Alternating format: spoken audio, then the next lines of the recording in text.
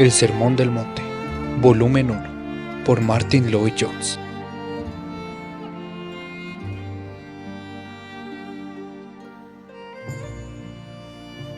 Capítulo 1. Introducción general. Segunda parte.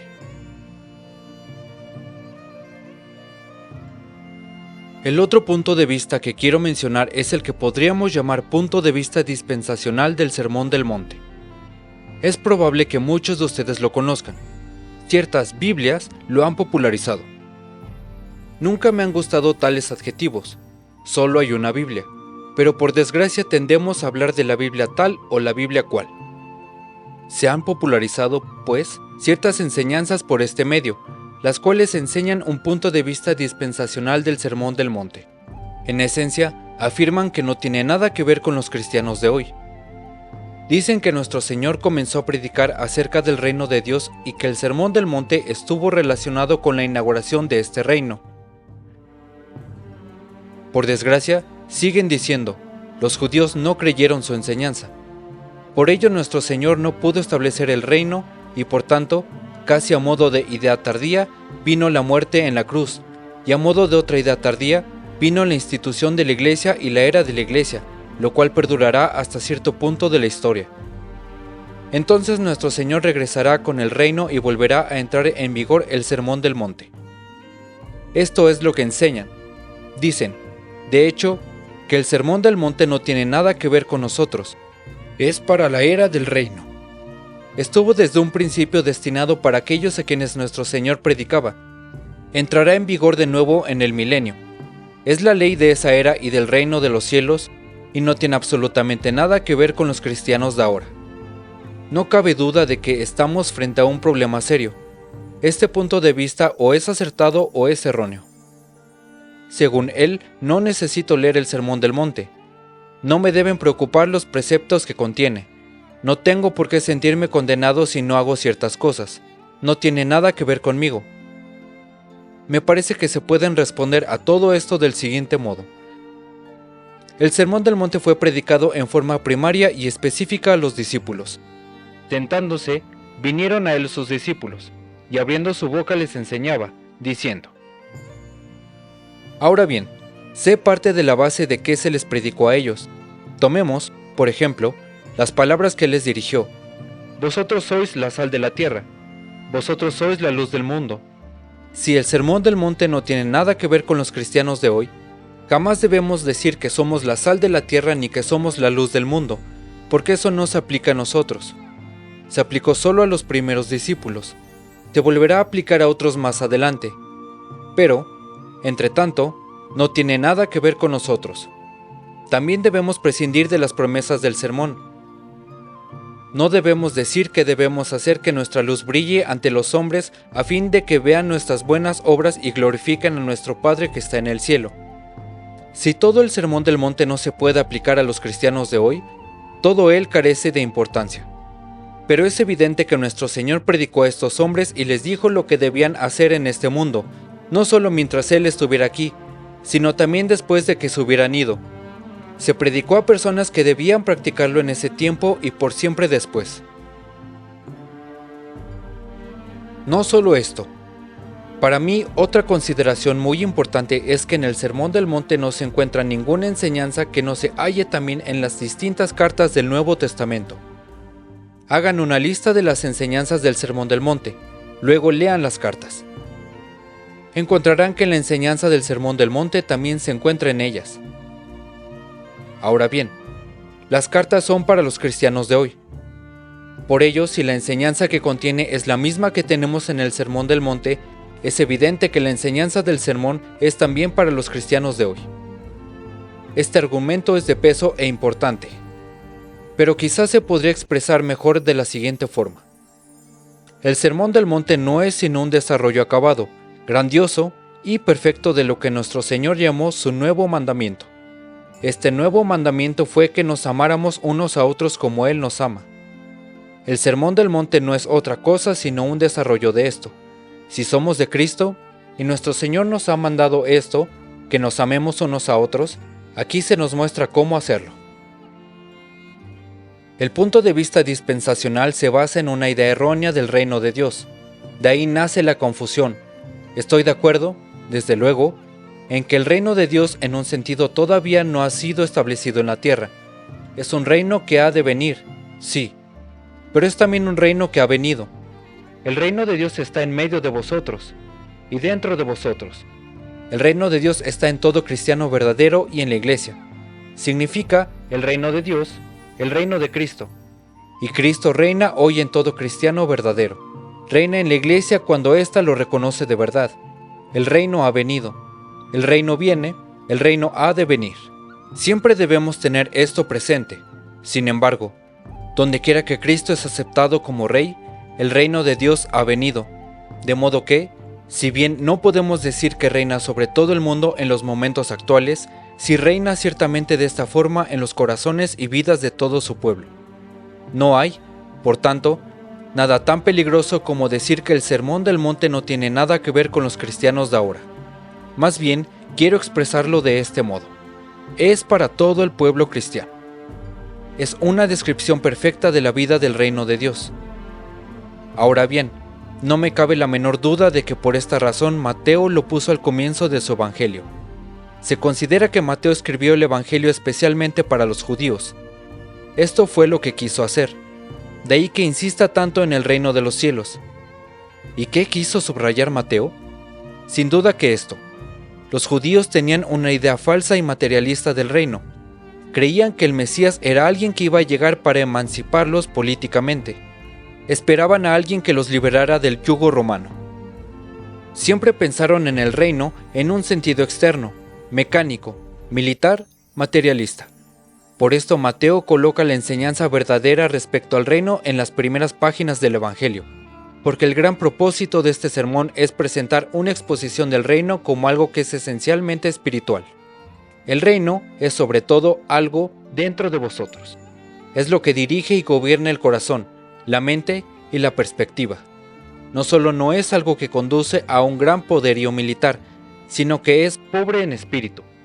En otras palabras, no se nos dice en el Sermón del Monte, vivan así y serán cristianos. Más bien se nos dice, como son cristianos, vivan así. Así deberían vivir los cristianos. Así han de vivir los cristianos.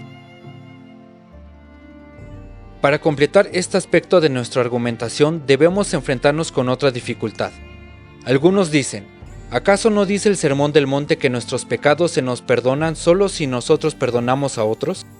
¿Acaso no dice nuestro Señor, si no perdonáis a los hombres sus ofensas, tampoco vuestro Padre os perdonará vuestras ofensas? ¿No es esto ley? ¿Dónde está la gracia? Que se nos diga que si no perdonamos no seremos perdonados, no es gracia. De este modo parece que demuestran que el Sermón del Monte no se aplica a nosotros. Pero si dicen esto, tendrán que separar a casi toda la cristiandad del Evangelio. Recuerden también que nuestro Señor enseñó exactamente lo mismo en la parábola que se refiere al final de Mateo 18, la del siervo que ofendió a su rey. Este hombre fue al rey para pedirle que lo perdonara, y el rey lo perdonó. Pero él mismo se negó a perdonar a un consiervo que también le adeudaba algo, con la consecuencia de que el rey retiró el perdón y lo castigó. Nuestro Señor hace el siguiente comentario acerca de esto. Así también mi Padre Celestial hará con vosotros si no perdonáis de todo corazón a cada uno a su hermano sus ofensas.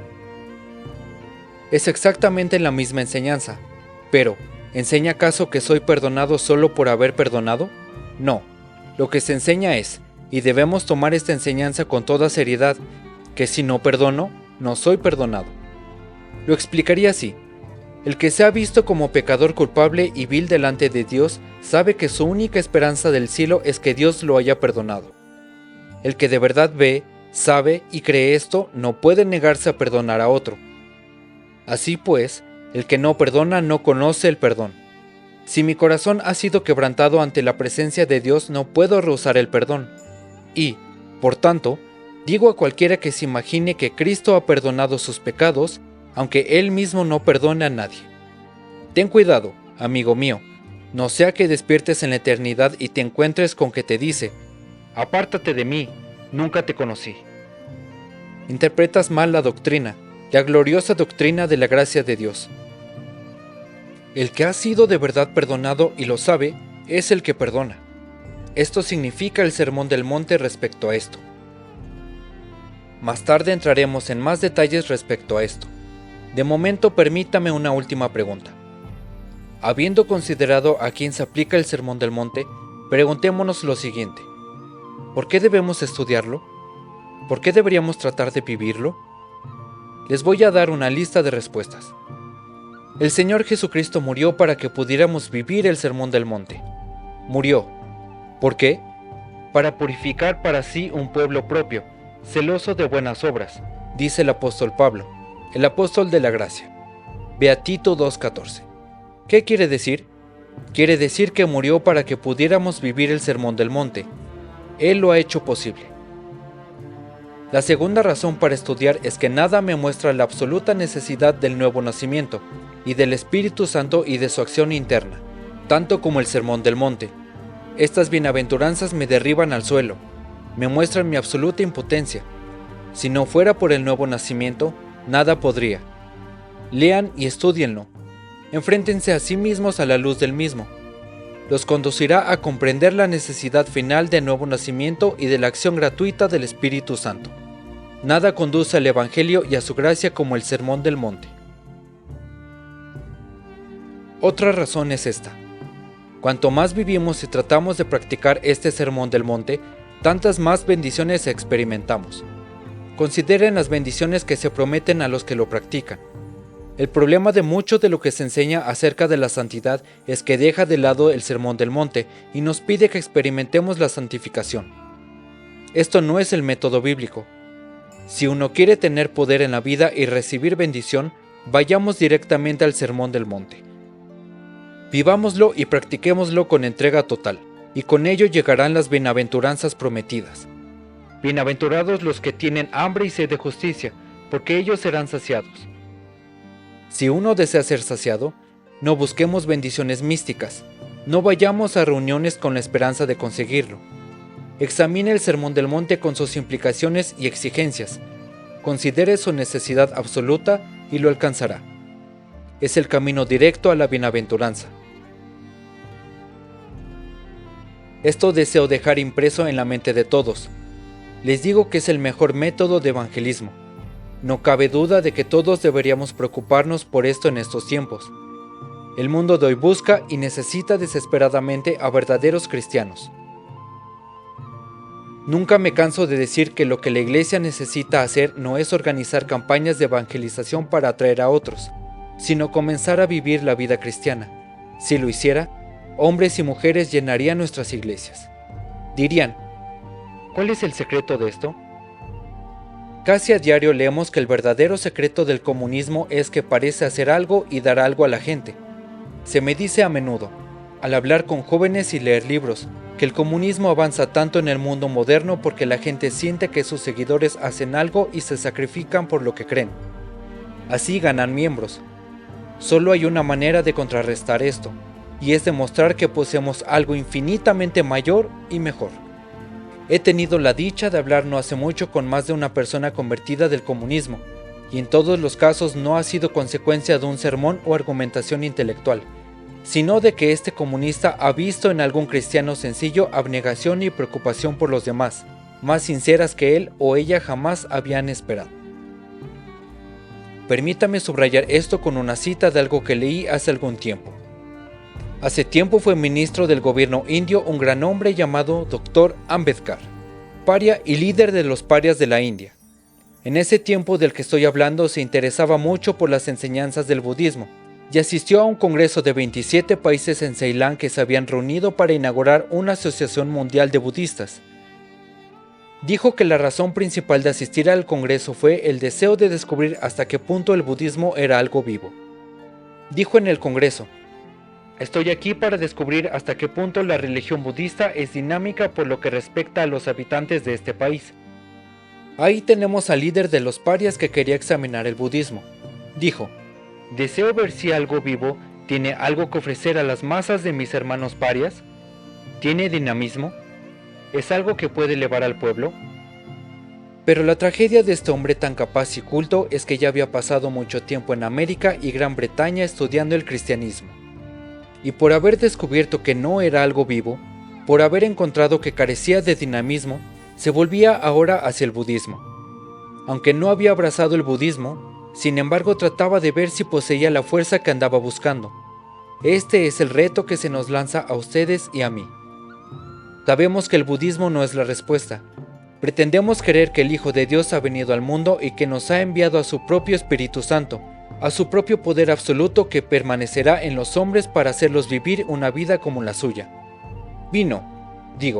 Vivió, murió, resucitó y envió al Espíritu Santo para que ustedes y yo pudiéramos vivir el Sermón del Monte. No digan que no tiene nada que ver con ustedes, pero sí tiene muchísimo que ver con nosotros. Si todos nosotros viviéramos el Sermón del Monte, los hombres sabrían que el Evangelio cristiano posee dinamismo, sabrían que es algo vivo, no andarían buscando en otras partes. Dirían, aquí está. Si leen la historia de la Iglesia verán que los verdaderos avivamientos han llegado siempre cuando los cristianos han tomado en serio este Sermón del Monte y se han enfrentado a sí mismos a la luz del mismo. Cuando el mundo ve al hombre verdaderamente cristiano, no solo se siente condenado, sino también atraído, arrastrado. Por tanto, estudiemos con cuidado este sermón que quiere mostrarnos lo que deberíamos ser. Examinémoslo para que podamos ver lo que podemos ser, porque no solo presenta lo que nos exige, señala dónde está la fuente de poder. Dios nos dé gracia para examinar el Sermón del Monte con seriedad y sinceridad y en oración hasta que nos convirtamos en ejemplos vivos del mismo, de su gloriosa enseñanza.